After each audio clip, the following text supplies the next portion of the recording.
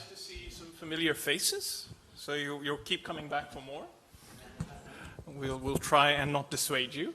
I'm Hammad Nasar. I'm a Senior Research Fellow here at the Paul Mellon Center, where I lead with Sarah Turner our London Asia Research Project. And as part of that, the Britain South Asia Entangled Histories, which we are examining over 5 weeks in 5 different sites.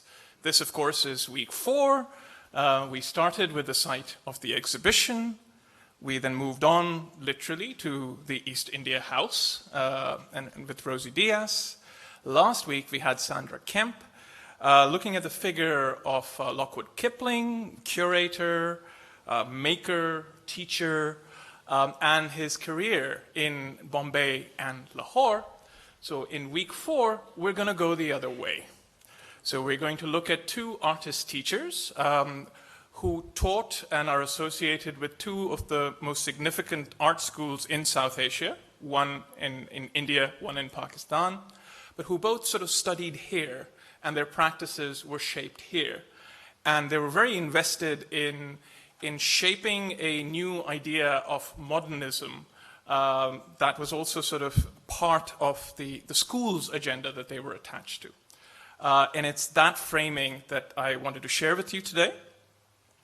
And there's an assumed question that underpins these transnational stories, which is really how has modernism been experienced and perceived globally?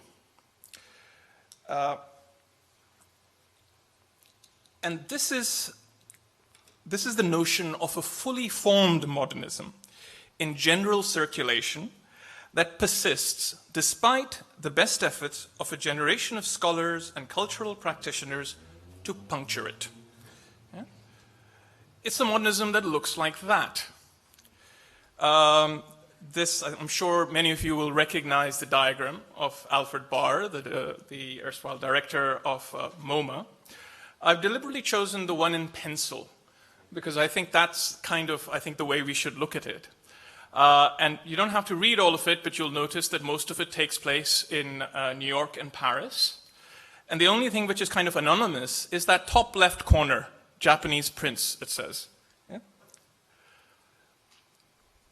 Now, so this is a modernism that's developed in the avant-garde centers of Paris and New York, and is this then introduced to provincial Asia to elicit responses that were at best belated, or at worst derivative. Yeah?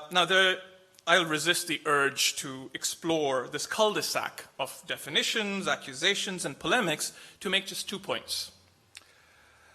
First, that modernism has to be constructed, and I would argue that this is one such construction. So it has to be constructed or fashioned before it can be experienced or perceived. And secondly, I would argue that these constructions are not stable. Like the grand mud mosques of Timbuktu, modernism needs to be repaired after every rainy season. Okay? It has to be constantly refabricated. And this fashioning and refashioning often relies on annotating existing accounts of a diverse set of historically specific artistic practices to make new propositions for global art and its histories. To give you some examples, calligraphic abstraction. You would have seen the Ibrahim al-Salahi retrospective at Tate Modern, or Anwar Jalal Shamsa display at Tate Britain. You can think about Sadiqain from South Asia, or if you think about Dansekwa out of South Korea, Liu Fan, Park So-bo, or ink art from Taiwan and China, so Lu Gosong or Louis Shikon, or Sakakhane, or spiritual pop from Iran, so people like Parviz Tanavoli, who had a big show at the British Museum, or Charles Hussein Zendarudi. All of these these practices are being sort of incubated in the gentle warmth of contemporaneous conversations, from Seoul to Lahore to Guangzhou to Khartoum to Baroda. And these conversations epitomize the work of what Antonio Gramsci termed organic intellectuals, artists feeding off each other's energy to indulge in formal experiments, or students extending the teacher's intellectual projects. Now, some of the more recent instances of artistic interest in past practices are not singular occurrences, but resonant echoes of earlier 20th century efforts rooted in nation-building agendas of independence, or in the collection-building efforts of cosmopolitan centers. So this is a similar-looking diagram from the Japanese scholar Okakura Kokuzo, who was the curator of Asian art at the MFA in Boston. It's 28 years earlier than Alfred Barr's invention. And if you keep this diagram in your mind, we will come back to Okakura Kokuzo later on. So in this paper, for the next sort of half an hour or so, what I will do is sketch an outline of one such trajectory, that of miniature painting in post-colonial India and Pakistan's most influential art schools. The Faculty of Fine Art at the Maharaja Sayaji Rao University, Baroda, who I'll just sort of summarize as Baroda, and the National College of Art, the NCA, in Lahore. Now, this is a story that is transnational through its very conception and forks to reflect the vagaries of South Asian nation-building and institutional contexts. What is more, it is centered on the role of the art school, and more specifically, artist teachers, in shaping a geographically rooted engagement with the modern and the pre-modern to fuel a wide-ranging contemporary practice. Now, while both these institutions have important museums, the Baroda Museum and the Lahore Museum associated with them, today we will just sort of limit our considerations to the art schools themselves. Now, we'll start with sort of India, and India's early 20th century Bengal School, with its positive assertion of difference from European modernism in the use of that quintessential Oriental form, the Indo-Persian miniature, is an exemplar of the nation-building modern pointed to earlier. So this is an example of work by Abanindranath Tagore, who's sort of recognized as the founder of the Bengal School. He's the nephew of the poet Rabindranath Tagore, and a close friend of William Rothenstein, who Sarah Turner talked about in our first lecture. Now, this type of work is in direct conversation with broader political currents and part of the Swadeshi, or indigenous, movement in art in colonial India. It inspired a generation of creative practitioners to reconnect with the tropes and the spiritual grounds of Indic civilizations. These tendencies arguably reached their zenith at the Kala Bhavana in Shantiniketan, the experimental art school associated with the Tagore family in the first half of the 20th century. Now, this was also the site where the Japanese scholar Okakura Kokuzo, you remember his diagram from the MFA Boston, engaged with Indian intellectuals, including members of the Tagore family at the dawn of the 20th century. His ideas, succinctly if rather glibly captured in the opening statement of his book, Ideals of the East, the first sentence reads, "Asia is one." So think of that diagram again. Also left a legacy in terms of encouraging the Tagores and their milieu to look east as well as west. K.G. Subramanyam, whose mural you're seeing here, is a notable example, or rather was a notable, he passed away last year, notable example of the Shantiniketan brand of artist-thinker. As a student at Shantiniketan, he imbibed both an attention to craft practices and a framing of art as a dialogue with wider society. He developed this further in his own artistic practice across a wide range of media, exemplified by his privileging of the mural, site-specific carrier of narrative in the public realm, and the platform for a participatory pedagogic practice where Subramanyam collaborated with both students and artisans. Just as an aside, this particular mural, he started when he was 87. And he was climbing up on top of, wooden staircases and working on this stuff. He didn't do this all himself, but I think it's giving you a little flavor of where he's coming from. Now, arguably, Subramanyam's most significant role was in shaping both the curriculum and the ethos of post-independence India's first art school at Baroda. So this was established in 1950, and its founding dean was a gentleman called Markand Bhatt, who was hired away from the Barnes Foundation. So Baroda propagated a modernism anchored in an active engagement with craft and rural creative practices, labeled the living traditions of Indian art, and was a significant influence in shaping the practice of more than 2 generations of Indian artists associated with the school. Now, alongside his role at Baroda, Subramanyam also served as a consultant for the All India Handloom Board between 1961 and 66, and joined the board of the World Craft Council. His involvement with these institutions presented him many opportunities to master that quintessentially modernist form, the memo. And Subramanyam excelled in this art form too, devising plans for benchmarking manufactured handicrafts with exhibitions of examples of traditional crafts from around India, or finding technical solutions to complex dyeing processes. Here he's arguing with the bureaucrats that be for the need for having exhibitions that will showcase the best of Indian handicraft. Now, much of this material is coming from my past colleagues at Asiad Archive, and is available on the website.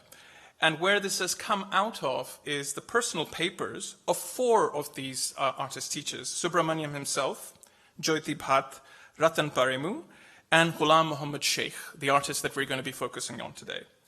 And they all taught at Baroda since its establishment and were deeply entrenched in that milieu, forming artist groups. So you see the second figure on the right is Ghulam Sheikh, and the unmistakable Geeta Kapoor holding court in the center. So this is the artist group 1890. Ghulam Sheikh and Bhupan Khakkar also founded a really important magazine called Vrishchik, which means scorpion in Gujarati. And this was very much a collective effort. So and this is one of my favorite pieces from the archive. So while Ghulam Sheikh was studying at the RCA in London, Jyoti Bhatt was at the Pratt Institute in New York in the 60s. And this is an example of what I would call pedagogic espionage. So he's making detailed study of the printing press, which when he came back to Baroda was then reproduced. So so Baroda had a printing press. This digital archive also includes photo documentation of what I described earlier as the living traditions of Indian art. So this was Jyoti Bhatt over a period of years, even decades, visiting different parts of India and making documentation of the rural and craft practices in villages. Now, as anybody who's been listening or viewing anything in the BBC over the last 2 months will of course now know that India's independence from British rule in 1947 was also the moment of British India's partition and the creation of Pakistan as a home for South Asia's Muslims. Now, Pakistan too felt the Bengal School's long shadow, for which the artist Abdurrahman Chughtai 1897 to 75, served as a mediating force. The art historian Iftikhar Dadi has described Chughtai as a self-fashioned modern artist.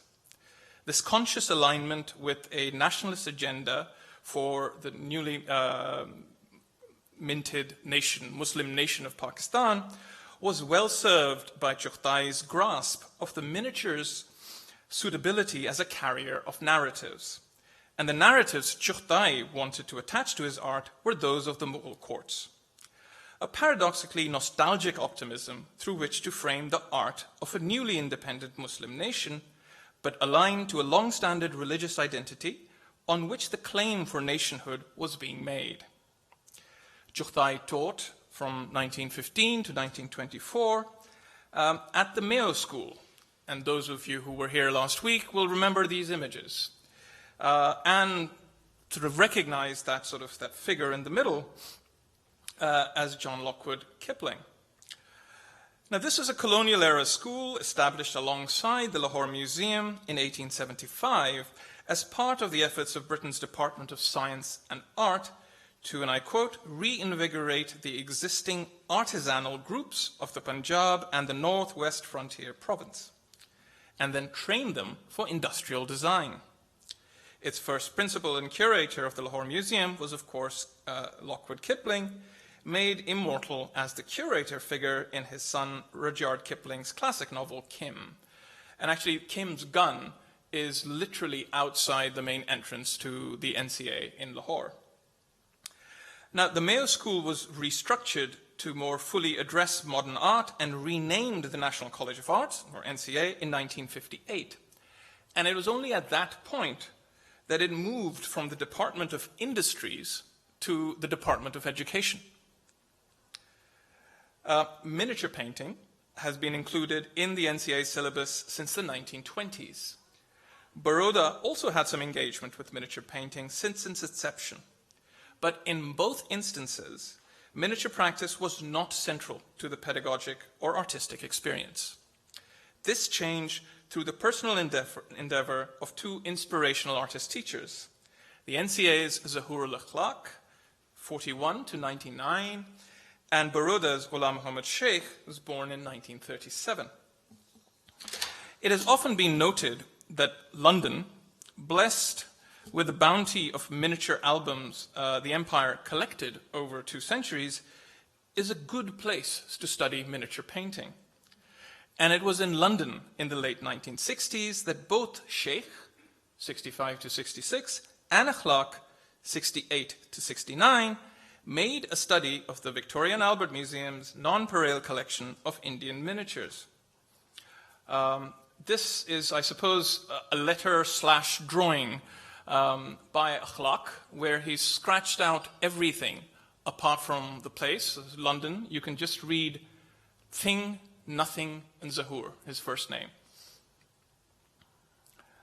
Now, they were both students at the Royal College of Art, not far from the V&A, and through a mixture of observation, practice, and cogitation, fashioned new artistic trajectories for themselves with a deep and multifaceted engagement with miniature painting.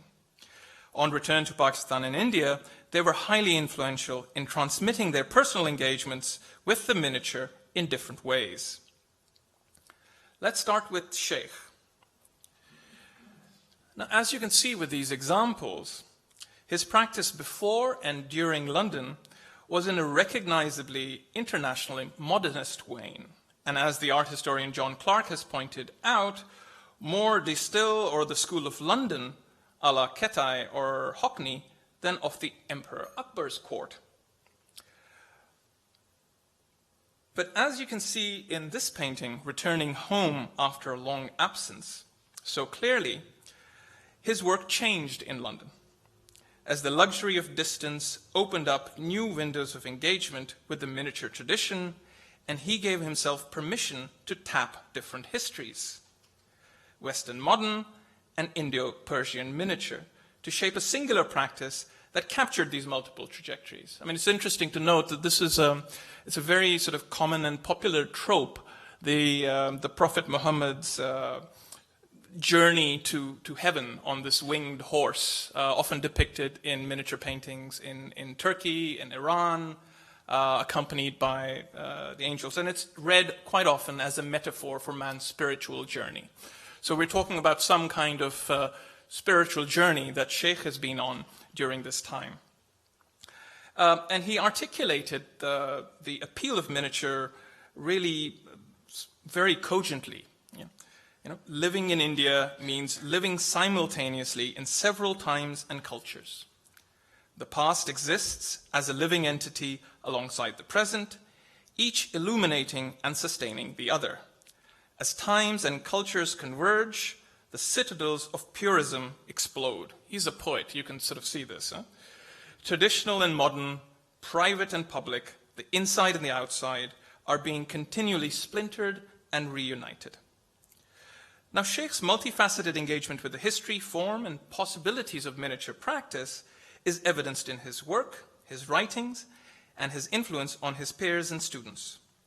Sheikh's work reveals an obvious relish in miniature's capacity for carrying multiple narratives.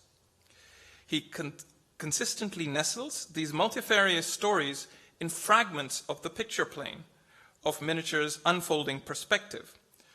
So as opposed to the sort of Western one-point perspective, you can have different sort of vistas being visible at the same time. All made possible by what the scholar Anna Sloan has called miniature's architectural space. Now, as an accomplished poet and writer, his own investment in writing and the form of the book also provided him multiple trajectories through which to engage the miniature's forms, tropes, and formal devices. And he built up his analytic understanding of the miniature through his study, his writing on the subject, and the central role miniature played in his teaching. In a cruel irony, when he came back from the RCA to Baroda, the chair for painting was, of course, occupied by his teacher, K.G. Subramanyam, whose mural you saw earlier. So the only open position for him was art history. So that's what he started teaching.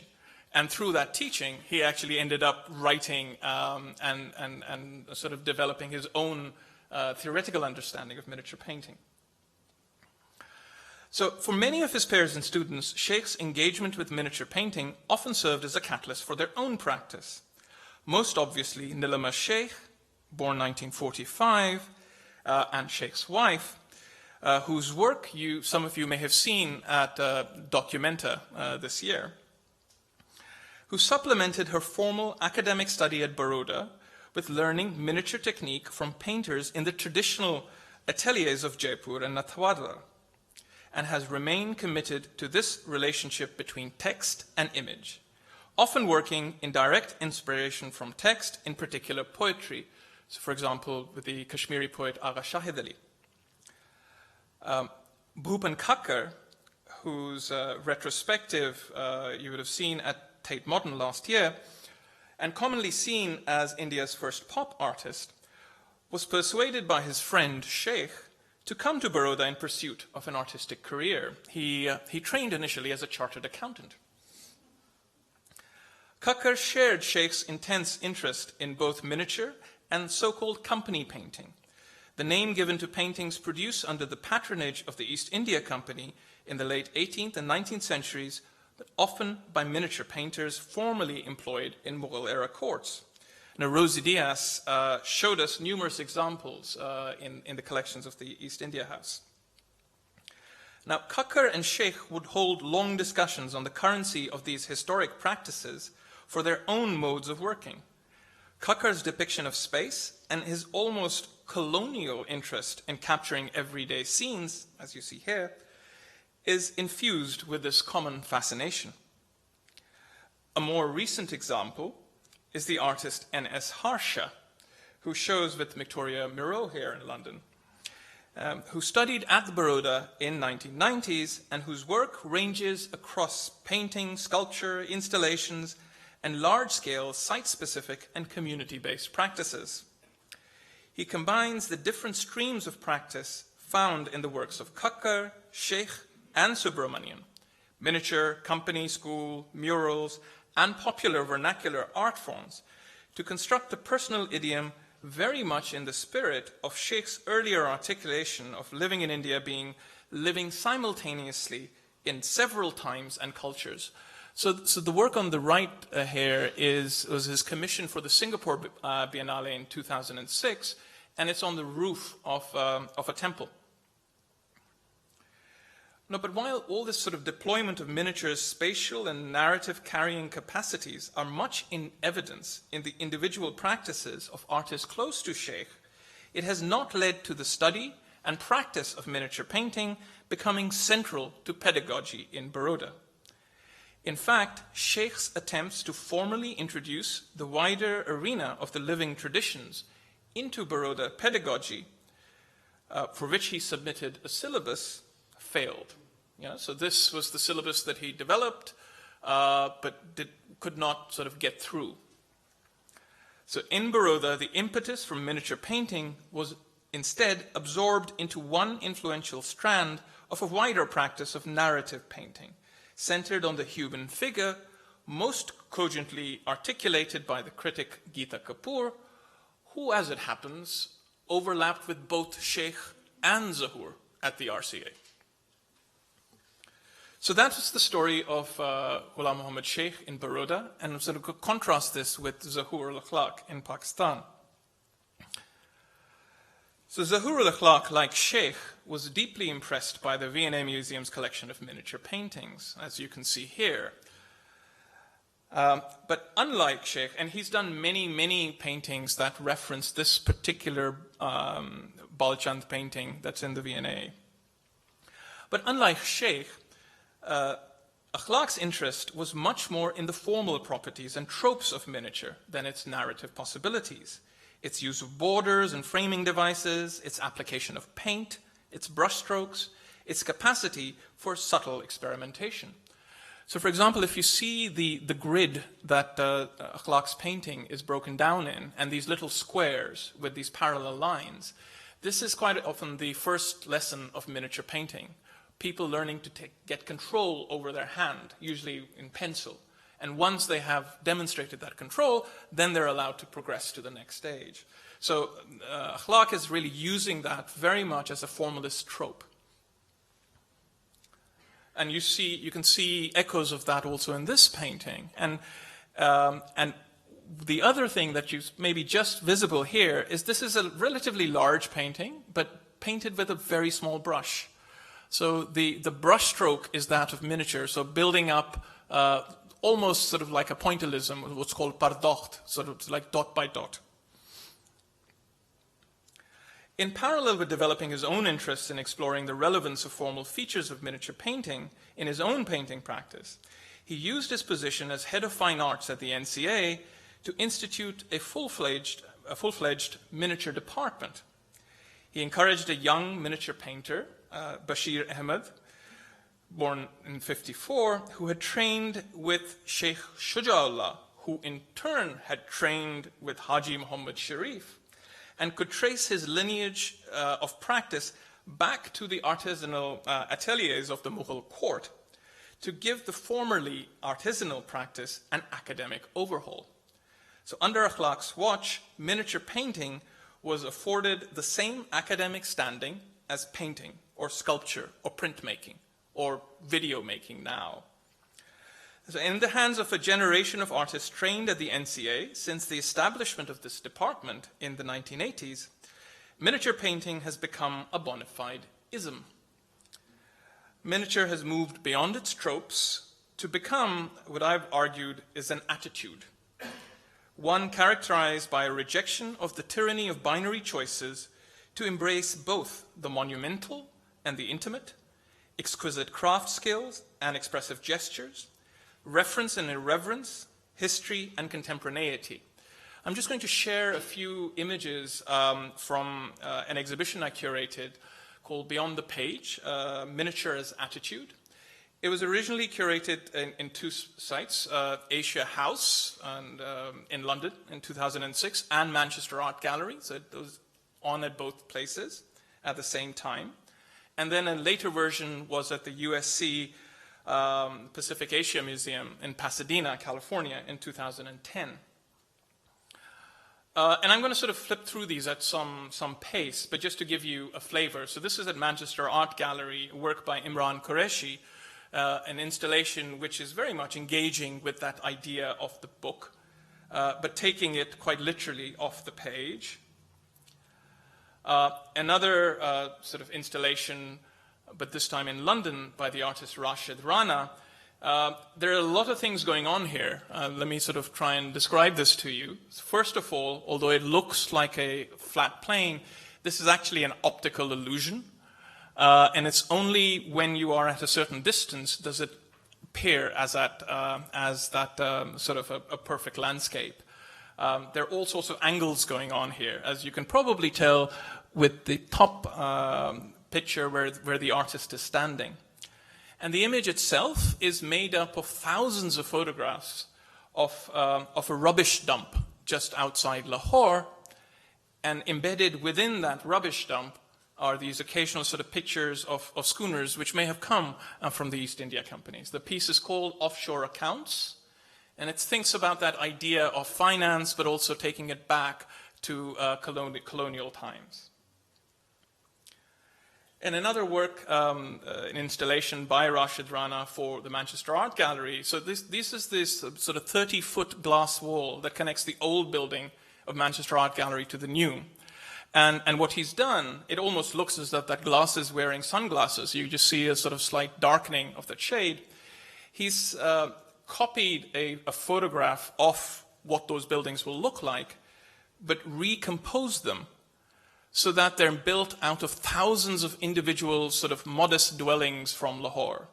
And if you think about Manchester's history and the textile industry and how that was built and its relationship to sort of killing India's textile industry, and a lot of the people from South Asia who've then actually come to Manchester to work in the mills, it's a really very subtle, but I thought a really wonderful work to look at these entangled histories and actually see, and the work is called See Through. So you're actually looking at seeing through what are the bricks that have built these buildings of Manchester Art Gallery. Nusra Latif Qureshi, this was the work. You see paintings, collage, and an installation at Asia House. And for her installation at Manchester, she sets up again in vinyl a sort of a palimpsest where the city goes in and you see little fragments of history that you can sort of see through and read.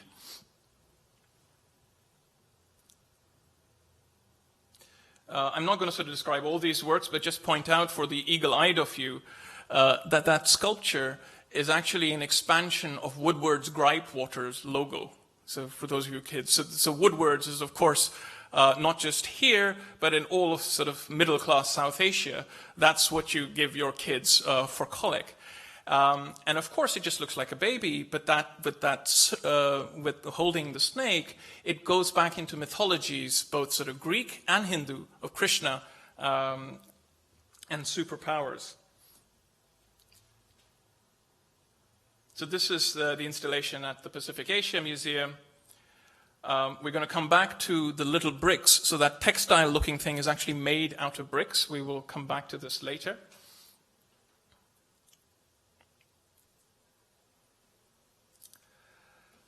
This is a work by Haroon Abbas. Oops.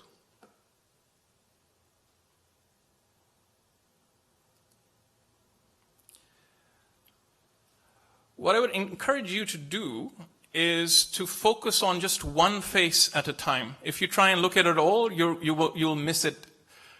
So as these faces sort of overlap, you should be able to see through them and get a glimpse of objects.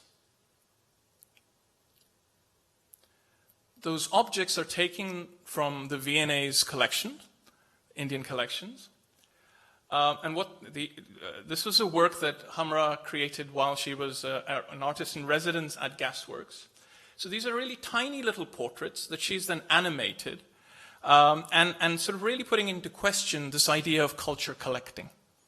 And the work is called The Making of English Portraits. Another work that she did at that same residency is where she took two sort of battle scenes from the V&A's miniature collection and took them to Hyde Park and accosted people who were walking along and got them to play out some of these roles. So these figures you can actually map onto the Hamzanama. And so people are holding imaginary sort of weapons, and it exists both as an animation as a lenticular print. Very amusing, but when you also then think about this is 2006, Blair has just been reelected, where there's Iraq war going on. So this idea of battle scenes and complicity, sort of public complicity in democracy as to what governments do, it becomes actually quite a charged work. And just to show that it wasn't just all highfalutin stuff that was going on, this is a work by Alacazam. This is watercolor. But just to give you a flavor of how this is made. So in pencil, then in black ink, and then washes and washes of color, which then sort of accumulate to end up looking like that. Yeah? So as hopefully these images have shown you, that Beyond the Page showcased contemporary miniature practices, innovative explorations of process, reflexive use of performativity of artistic labor, riffs on the specificity of materials, a promiscuity of visual reference, and sophisticated modulations in the mode of address. So NCA alumni of the 1990s and 2000s have continued to be fueled by it as a source of both formal innovation and point of departure. Long after the death of the father figure Zahur al-Akhlaq and the retirement of Bashir Ahmed. Now, even a brief skimming of their practices shows both a diversity and density of practice. So do take a look at the sort of the bottom right corner. I'm going to flash a various series of dates for you. So this is Shazia Sikandar, the much celebrated New York-based pioneer of the NCA's miniature department, who has moved from personal narratives of domestic space to theatrical installations, like this one, recalling Mughal gardens, to ambitious, digitally animated meditations on the post-colonial condition. Her animation of hundreds of digital drawings, Gopi Contagion, took over New York City's Times Square electronic billboards. Now, Sikandar graduated from the NCA's miniature department in 1991. Imran Qureshi, and you see his work at the roof of the Metropolitan Museum there on the right, has simultaneously and with considerable wit engaged with the miniature portrait as a narrative form with which to address the art world. So the work on the left, and it says in Urdu script, Musawwir ka chota bhai, or the artist's younger brother. Yeah? So painted as if it's a sort of a Mughal emperor's portrait. And he's often combined these two modes of address in dramatic installation as exhibitions, such as the one at the London's Barbican Gallery last year. In fact, last year, Qureshi had 6 different public exhibitions and projects in the UK alone. Qureshi graduated in 1993. Nusra Latif Qureshi, no relation, has pushed her work with the tropes and language of miniature and company painting into large-scale photo-based works, to distinguish between what was and what remains, viewing history as a collection of fragments constantly rearranged to construct new narratives. She graduated in 1994. Aisha Khalid's early, more overtly feminist paintings have morphed into a wide-ranging practice across painting and sculptural installation, ranging from geometric abstraction to explorations of domesticity, pain, and ornament. So this is an installation at the Pump House Gallery in Battersea Park in London. Khalid graduated in 1996. Haroon Abbas, whose sort of animation works you saw earlier, so this is her project, Lessons on Love. You can sort of see the reference to sort of the Kama Sutra, and these life-size figures are made in plasticine for the Istanbul Biennale. And Hamra's working in a kind of a mode like Takashi Murakami's engagement with manga, so that they're both given a graphically rich, book-related practice, 3-dimensional form. Abbas graduated in 1999. Khadim Ali, whose practice here, who's working with children, his family is originally from Afghanistan.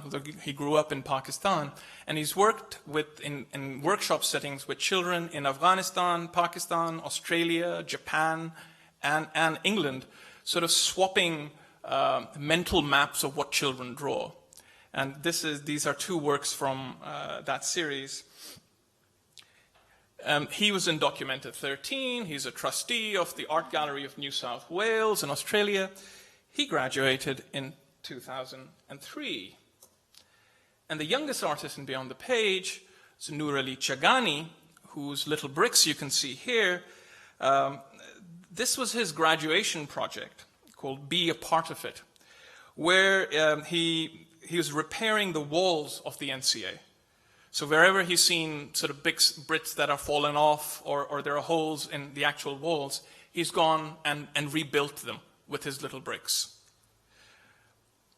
And it presents us really with this wonderful metaphor for this engagement with tradition. And he graduated in 2008, and in a wonderful sort of coincidence, he was the artist in residence to coincide with the Kipling exhibition that Sandra Kemp worked on at V&A, so earlier last year. And also, just as an aside, I remember a conversation with the late modernist sculptor Shahid Sajjad, where he was really, and who was also part of the sort of Zahur al-Akhlaq's class of artists, who was relating a story of how his sons wanted to go and study in Karachi, because they were living in Karachi. But he said, no, you have to go to Lahore. You have to study at the NCA. And the sons came back and said, no, but the teachers are not so good at the NCA anymore. And Shahid Sajjad's response was, well, don't worry, the walls will teach you. So I think with this work, we get back to that idea of the walls and repairing them. Now, this very partial roll call across 2 decades is testimony to the NCA Miniature Department's ability to fashion a practice.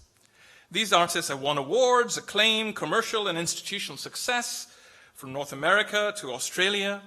The regularity, consistency, and efficacy with which this one department has produced new and already influential artists brings to mind almost industrial comparisons that would not have gone unappreciated by the Department of Science and Art. Now, at their most efficacious, these artists and their many peers and students have developed practices in critical dialogue with their past without being limited by its strictures. Their brand of contemporary miniature and analogous practices, such as ink art, with their capacity to traverse time, space, and hold multiple narratives, serves as nurseries from which the possibility of new universals can grow. By advancing propositions that can escape their geographies of origin and offer possibilities of framing practices elsewhere, they extend our idea of what and where the global can be, beyond the aesthetic regimes that dominate most visible platforms of circulation in an increasingly flattened art world today. So in the story of miniature practice at Baroda and at the NCA, all this started with one proposal being rejected, one being accepted. Sometimes the memo can be an artist's longest lasting legacy. That's where I will stop.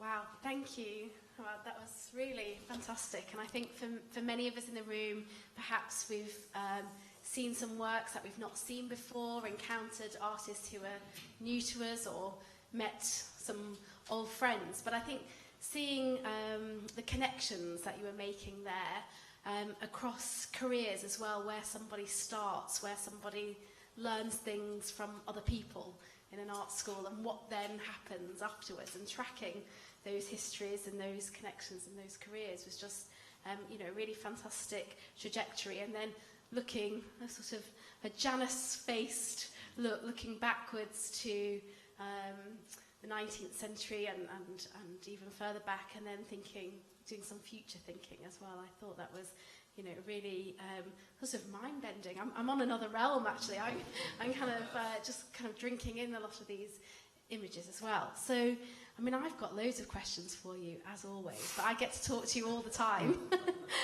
So I'll open the floor to start with, but you know, let's have a discussion about all these ideas that you've raised. Are there any immediate questions or comments for Hammad? Well, I tell you what, I will ask one of them. Oh, well, I will let you. I was wondering if you'd found anything about sort of documentation of why the memo didn't go any further, or why, you know, was any evidence of what kind of discussion was had that led to it not being developed in terms of the kind of using miniature, the sort of... Yeah. No, I mean, the short answer to that is not really. I think we do have some expressions of disappointment that it wasn't sort of supported and carried as quite as how he would have hoped. But you also have to remember that for this particular area, we're working with personal papers rather than institutional archives, which are almost, I wouldn't say nothing's impossible, but that's close to impossible to get hold of, especially if you know the recent history of the Baroda School. So we are only ever, or with this instance, we're only going to get partial accounts. So we know what things have happened, but hopefully what, you know, there are plenty of PhDs that are yet to be fueled. Yeah. But have you got any indication of what might have been the reasons that it didn't go forward? What could the discussions have been that... Well, I mean, if you're asking me to speculate, my sort of personal speculation would be that if you then think about those times, so that when you think about the founding of Baroda, so it's happening in 1950, so a few years just after independence. So there's that spirit of, no, we have to shape our own destiny. It has to have its own relationships. You saw the Shantiniketan connection, that idea, that connection with rural crafts. Then if you think about when that memo was written in the 80s, so this is post-Indira Gandhi, you know, industrialized, post-industrialization, you know, on the verge of opening up, perhaps it felt strangely, you know, the time was sort of out of joint. Yeah. I really appreciated the way that you got us to think about scale. Yeah.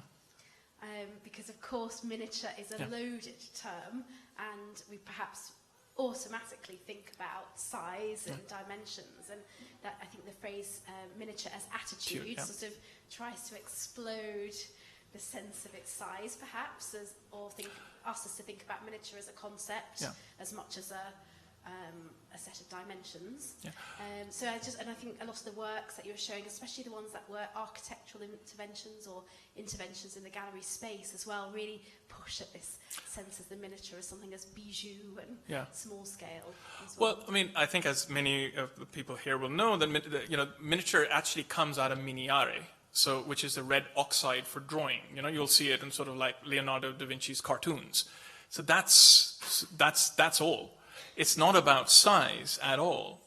And for me, personally, what I was sort of really interested in is, and I mean, if you've seen much miniature, or if you have read a little bit about it, quite often the way it would be shared would be as books that would be passed around, as sort of as albums that you would share in intimate gatherings. So what those works are then asking of you is an intimacy of encounter. And what I would argue that even these large-scale installations are doing that. So even that sort of at the Manchester Art Gallery, where you could easily miss that, you know, that work of Rashid Rana's, but you will only sort of see it if you go right up close, or that rubbish with the little sort of schooners. You actually have to physically move your body to be able to actually access that work. So even though it's, you know, the scale is totally different, I would argue that it's forcing an intimacy of encounter that it shares with, you know, the Hamza Nama that you would see in the V&A. I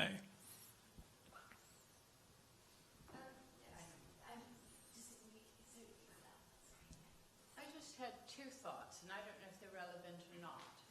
Slide 40, which was battle scenes. Right. Let's see if there was one, I think. when I saw that, I instantly thought of Bill Viola. Uh-huh. Is there any connection there at all, or not? I mean, he was influenced by Further East. Yeah, why did you think of Bill Viola? Because it looks like some of his videos of his medieval biblical scenes in modern dress that he does. I'm thinking of the exhibition at the National Gallery a couple years ago. Well, yeah, I mean, I think in terms of as a historical reenactment, you could think of so many. I was just wondering if that he would have Bill Viola would have had any influence while he was here.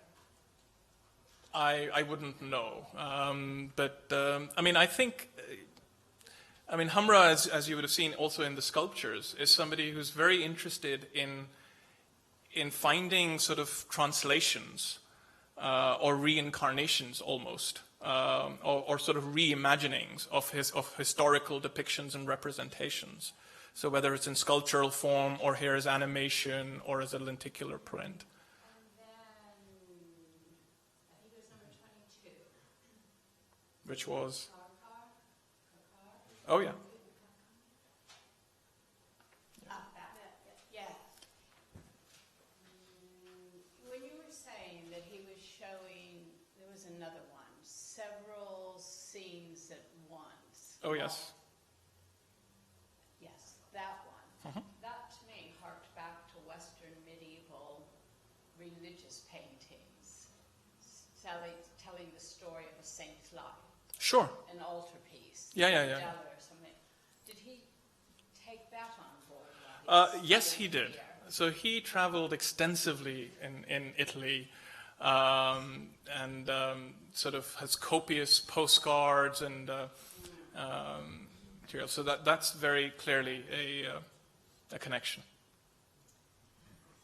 Thank you, Hammad. I just wanted to contribute to wonderful presentation in terms of the notion of beyond the page, because it was before my time at Asia House, but I think it's a really relevant metaphor for the whole idea of who is writing the history of art and what gets written into and what gets written out of. And at the beginning when you mapped Alfred Barr against, is it Kokuzo? Kokuzo, yeah. To me that's something I never ever learnt as an art historian, that's a different trajectory that we aren't exposed to. And so tonight I really want to say thank you so much for framing modernism, but in a way that, I just want to make two comments. You mentioned John Clarke, tapping different histories, and another time you said engagement with traditions. And I think this is something so valuable to tonight's talk that I just want to say thank you very much. Well, thank you. There's a question right at the back, yeah. Thank you very much again. I think you painted a wonderfully vivid picture of these generational sort of concatenations through the 20th century. And I likewise was very interested to hear about the way you evoke tradition and how these artists related to their tradition and that future thinking that Sarah mentioned. But how do these traditions sort of layer back and operate in the opposite direction? How did the work that you're describing, and how can it sort of productively corrupt that historical work that you are describing? And when we're looking back instead of forward with these traditions, what's the result? Well, I suppose one of the things, when we did the London version of Beyond the Page, as a point of interest, Tate Britain had on at that time Holbein and Rakib Shaw. So we then did a little study day looking at Beyond the Page in conversation with Holbein and Rakib Shaw. Because the miniature practice, so sort of like the manuscripts that you were talking about earlier, they sort of developed in the Indo-Persianate world and Europe at roughly the same sort of time. There was a lot of exchange, that was obvious, but the scholarship only goes that way. And so one of the things that we ended up doing was pointing to the scholarship going that way and pointing to the holes, looking at the other way. I do know that, just in terms of, my friends who teach PhDs in mostly the States and the students who are working on this field, I think there are people who are now working and looking at how those entanglements also go back in histories. And this idea, these networks are not something that were just fashioned recently. They have a long history. And I think there's a lot of work to be done. And I think as we do that work, it's that Russian proverb again, that it's the future is certain. It's the past that has to be, that's forever changing. I think there's a lot of changing pasts that we still have to look at. Yeah. Well, and that's part of the reason why with this course we wanted to take that Yeah. long view as well, didn't we? We were very concerned that, we both work on 20th century to contemporary Yeah. in this area, and it was kind of trying to stretch what we know as well and what we know together. And I think that's sort of to kind of really have those conversations as part of our rationale for how we structured these 5 weeks. And also to remind everybody that we do have the Paul Mellon Center for Studies in British Art. So part of what we're also doing is asking tough questions of ourselves here to say, okay, how do these stories get reflected in British art history? So we've looked at Zahur and Ghulam and Geeta Kapoor, but what about who were they studying with? What kind of practices? Who else is working in particular ways? Or if you look at, say, somebody like Diana Petherbridge, that's somebody who has a particular drawing practice. I don't know if you're familiar with her work. She's obviously been looking at Indian painting. And serious engagement. Yeah. Your talk also brought up to me the idea about collections and collecting, which has been such a strong theme through our 4 weeks so far. Obviously, the collections of the V&A being central to this kind of idea of an entangled history. So thinking about that historic practices of collecting, very interestingly, William Rothenstein gave one of the major collections of miniature paintings to the V&A. So you've got these kind of histories and these networks building up there.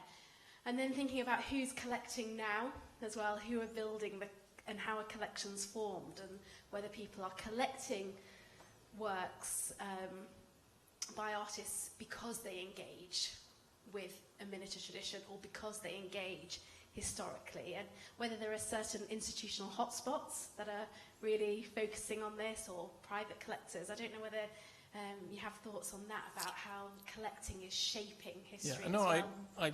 I usually have thoughts on these things, But it's actually really interesting because it also, I think what also happens is that institutions also collect. And they also are, they're also subject to aesthetic regimes.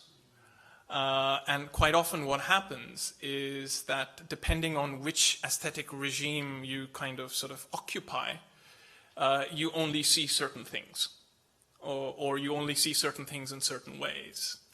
So in practices such as the ones that we've sort of been talking about, it's interesting to see if, so say Ghulam Sheikh, for instance, one of his biggest collectors was the keeper of Indian art at the V&A, Robert Skelton, more so than, say, Tate Modern. And in a way, I think what practices like they do is they actually destabilize these kinds of aesthetic regimes because they can cross over and they can actually sort of muddy the waters in interesting ways. And I suppose when I think about miniature, what we've been talking about it, perhaps the best institutional collections are possibly in Australia, at the Queensland Art Gallery, at the Fukuoka Asian Art Museum in Japan, and then private collections. Not yet at the sort of places like the Tate or the British Museum or the Met, although they've all been collecting. Because I think it's, in a way, it sort of messes with their regimes and their histories in interesting and productive ways. So I just want to pick up on what you've talked about in terms of private collectors. Right. Do you sense that in places like India, Pakistan, that the private collectors are the ones going forward that will actually contribute much more to this world? Well, that's certainly what we've seen so far. And I mean, I think nothing that I can see suggests otherwise in the immediate future. I mean, one of the other problems, of course, is we talk glibly of this idea of a region, South Asia. But you know, for the privilege of being born in Lahore, although I've spent the last 12, 13 years working with Indian artists and whatever, I've only been to India once because you don't get visas. So South Asia sort of exists mostly for non-South Asians. Right. Absolutely. And I guess the reason I'm saying, making the point about private collectors, you look at a family like Mittal. Sure. And Mrs. Mittal is a great art collector. She's a great supporter of the arts in India. And I'm sure there are a few others, but she's probably the most well-known within India. And I sense they might be similar. Well, there's the Kiran Nadar Museum is, I think, doing amazing work in terms of both their collecting and the exhibitions they're developing. So they're really playing the kind of role that public institutions would play. And in fact, their exhibitions have gone on to sort of tour the Met or the Reina Sofia. That's where. Pakistan, unfortunately, doesn't really have an institution like that for reasons that you can probably imagine around security and governance and safety. And some of the biggest collections are actually diasporic. But there are people who are sort of collecting in major ways. Well, I think we've had such an amazing paper for which many thanks, Hammad. It's been, it's so interesting when you work closely with someone and then hear their research and their work. It was, a real treat for me, and I'm sure everyone else in this room. And then such a productive discussion, and I feel like we will just flow into next week as well, and thinking about, you signposted to make us think about, again, this relationship between past and present, and the chronological and cultural bleed that is always present. And so, I hope that you will join us next Thursday for our last in the series of this public lecture course. And we'll have 3 artists join us. One of them who is with us tonight has been on the course with us, Saeed Ajaz. So, and Sophie Ernst and David Aylesworth will be in conversation with Hammad. And we'll use that as a chance to hear about their practice, but I think also have a moment to think across the 5 weeks as well. So it will be a real treat and I think a really rich evening with which to finish the course. So do come back next week. But join me now in thanking Hammad for such a wonderful talk. Thank you.